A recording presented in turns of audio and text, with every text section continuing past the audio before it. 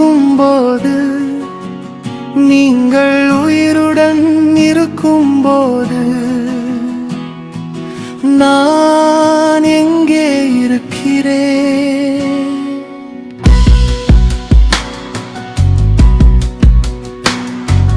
குழந்தையே அவள் கொடுத்தாள் போல் ஒரு மனிதராக நான் வாழ்கிறேன். பூமியின் மாம்சம் எலும்புகள் இரத்தத்தாலான இந்த உடலில் என்னுள் நெருப்பும் நீரும் இருக்கின்றன. நான் சுவாசிக்கும் காற்றும் இந்த உலகத்துக்குரியது. என் உள்ளத்தின் ஆழத்தில் அறிவேன், நான் தொடர்ந்து வாழ்கிறேன். வாழ்க்கையின் நீர்களை போலவும் கடலின் உப்பை போலவும் நான் தொடர்ந்து வாழ்கிறேன். ஆனால் இன்னும் தெரியவில்லை வாழ்க்கையின் நீர்களும் கடலின் உப்பும் கரையும் இடம். ஓம் சாந்தி.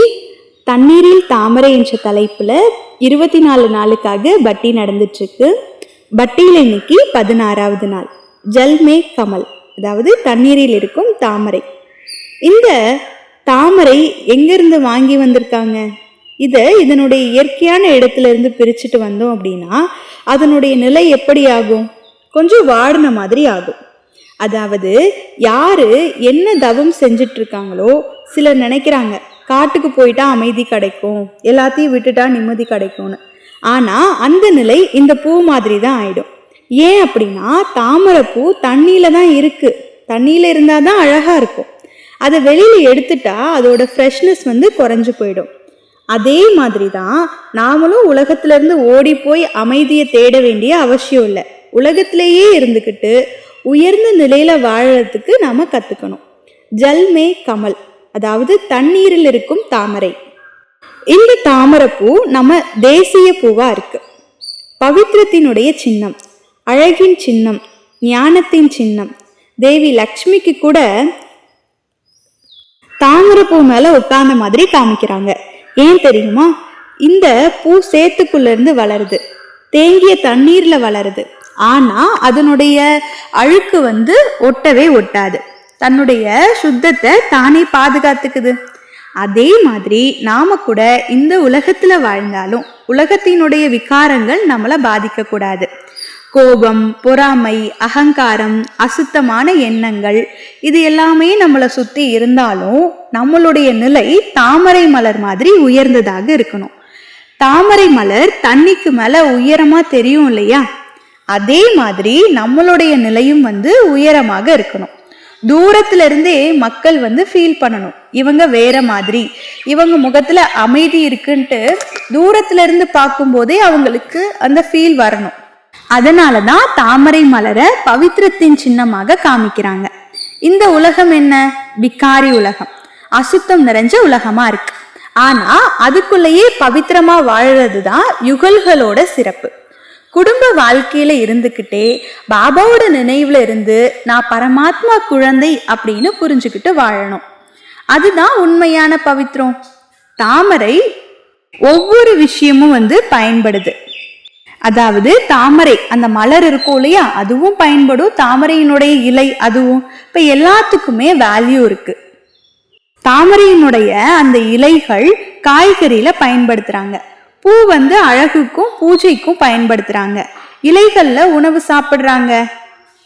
கூடவே தாமரை மலரோட இலைய மருத்துவ குணம் நிறைஞ்சதுன்னு சொல்றாங்க. அதே மாதிரி நம்ம வாழ்க்கையில இருக்கக்கூடிய ஒவ்வொரு குணமும் உலகத்துக்கு நன்மை செய்யணும். அந்த மாதிரி நம்ம உலகிற்கு நன்மை செய்யறதுக்காக பயன்படணும். நம்ம கிட்ட இருக்கக்கூடிய அமைதி, அன்பு, பொறுமை, ஞானம், இது எல்லாமே விஸ்வ கல்யாணத்துக்காக பயன்படுத்தணும். அதாவது உலகத்துக்கு நன்மை செய்யணும் அப்படின்ற நோக்கத்துக்காக எல்லாமே பயன்படணும். இந்த தாமரை மலர் முழுசா மலரும் போது அதுல 3 புள்ளிகள் தெரியும் அப்படின்னு சொல்லுவாங்க. அந்த 3 புள்ளிகள் ஞானத்தினுடைய சின்னம். அதே மாதிரி யுகல்கள் கூட உலகத்துல வாழ்ந்துக்கிட்டே எவ்வளோ பிரச்சனை வந்தாலும் எவ்வளோ சூழ்நிலை வந்தாலும் பாபாவினுடைய கட்டளைப்படி அமைதியாக எதிர்கொண்டு இருக்கிறாங்க. ஞானத்தை உலக நலனுக்காக பயன்படுத்துறாங்க. இன்றைய முரளி 5 மார்ச் 2008. சங்கமத்தினுடைய பேங்க்ல சைலன்ஸினுடைய சக்தி கூடவே சிறந்த கர்மத்தை சேமிக்கணும். இப்போ டைம் என்ன? எதற்கான டைம் இப்போ நடந்துட்டு இருக்கு? சேமிக்கிறதுக்கான டைம். எப்படி பேங்க்ல பணத்தை சேவ் பண்றோமோ அதே மாதிரி இப்போ சைலன்ஸ் பவரை சேமிக்கணும்.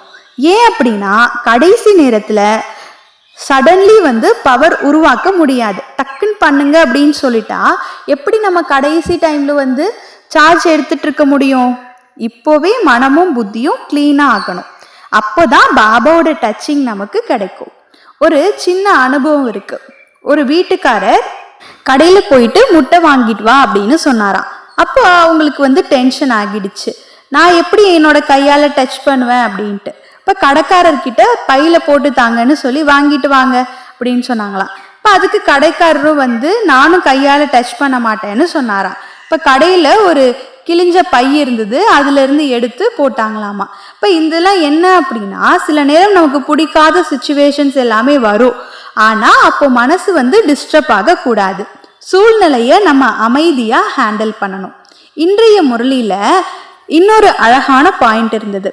என்ன அப்படின்னா, சிவ மந்திரத்தினால தான் பணத்தை மாற்ற முடியும். அதாவது சிவ மந்திரம் என்ன அப்படின்னா, நான் என்னுடையது என்னாலதான் அப்படின்னு இந்த பணம் தான் பாடி கான்சியஸ் இல்லையா? இப்போ இந்த நான் சொல்றது என்னோடது, என்னாலதான் முடியும், நான் தான் செய்ய முடியும் அப்படின்னு நான் என்னுடையதுன்னு இப்படி இருக்கிறது எல்லாமே பாடி கான்சியஸ். இப்போ அதுக்கு பதிலாக என்ன வரணும்? நான் வர்றப்போ ஆத்மான்னு வந்துடணும், என்னுடையதுன்னு வர்றப்போ பாபான்னு வந்துடணும். அப்போ பாபா செய்பவர், செய் வைக்கக்கூடியவர். இந்த நினைவு வந்தது அப்படின்னா ஈகோ டிசால்வ் ஆகிடும், தானாவே மறைஞ்சு போயிடும். இப்போ பாபா சொல்றாரு, யாருக்குமே துக்கம் கொடுக்காதீங்க, துக்கம் கொடுக்க கூடாது, ஒத்துழைப்பு செய்யணும் அப்படின்னு சொல்றாரு. ஸ்ரீமத்தை ஃபாலோ பண்ணணும்னு சொல்றாரு. அதுதான் உண்மையான சிவமந்திரம். மன்மனா பவ, தன்னை ஆத்மான்னு புரிஞ்சுக்கிட்டு பாபாவை நினைவு செய்யணும். அப்புறம் பாபா இன்னொரு அழகான விஷயம் சொன்னாரு. உங்க முகமும் நடத்தையும் சேவை செய்யணும் அப்படின்னு சொன்னாரு. அதாவது நம்ம முகத்தை பார்த்தாலே மக்களுக்கு அந்த பீஸ் ஃபீல் ஆகணுமா. ரோஜா பூ மாதிரி மலர்ந்த முகம் இருக்கணும், கண்கள்ல அன்பு இருக்கணும், பேச்சுல இனிமை இருக்கணும், நடத்தையில பணிவு இருக்கணும். இப்ப இந்த விஷயத்தையும் பாபா இன்னைக்கு ரொம்ப அழகா புரிய வைக்கிறாரு. இப்ப நம்ம முகத்தை பாக்குறப்போ பாபாவோட முகம் தெரியணுமாமா. அப்போ பாபாவோட முகம் தெரியணும்னா நம்ம என்னெல்லாம் செய்யணும்? பாபா எப்படி பேசுவாரு, என்ன யோசிப்பாரு, எப்படி நடந்துப்பாரு, எல்லா விஷயமும் நம்ம அவர் எப்படி செய்வாரோ அப்படியே செய்யணும். அப்பதான் நம்ம பாபாவை நம்ம முகத்தால பிரத்யட்சம் செய்ய முடியும். ரோஜா பூ மாதிரி நம்ம முகம் மலர்ந்து இருக்கணும். இப்போ பாபா அதையும் சொன்னாரு, ரோஜா பூ மாதிரி மலர்ந்து இருக்கணும். ரோஜா பூ மாதிரி மட்டும் இருக்கக்கூடாது, கூடவே மலர்ந்து இருக்கணும். இப்போ ரோஜா பூவா இருந்துட்டு வாடி போயிருக்க கூடாது. இப்போ அந்த கண்கள்ல அந்த அன்பு தெரியணும், நம்ம பேச்சுல பாபா எப்படி இருப்பாரோ அந்த மாதிரி இனிமை தெரியணும், நம்ம நடத்தையில பணிவு தெரியணும். அப்பதான் தந்தைக்கு சமமான குணங்கள் தெரியும். அதனால இன்னைக்கூட முழு முரளியோட சாரம் என்ன அப்படின்னா, தாமரை மலர் போல உலகத்துல வாழணும், தாமரை மலர் மாதிரி இருக்கணும். இந்த உலகத்துல வாழ்ந்தாலும் தாமரை மலர் எப்படி தண்ணியிலையும் சேத்துலையும் இருந்தாலும் அதன் மேல எந்த ஒரு கரையும் ஒட்டாது இல்லையா? அதே மாதிரி நாமளும் இந்த அழுக்கான உலகத்துல இருந்தாலும் தாமரை மலர் மாதிரி ஒட்டியும் ஒட்டாம அந்த பாபா சொல்லுவார் இல்லையா, ஞாரா பியாராவாக, அதாவது விலகியும் அன்பானவருமாக இருக்கக்கூடிய அந்த தன்மையில வாழணும். இதுதான் இன்றைய முரளியினுடைய எசன்ஸாக இருக்கு. நல்லது, நன்றி, ஓம் சாந்தி.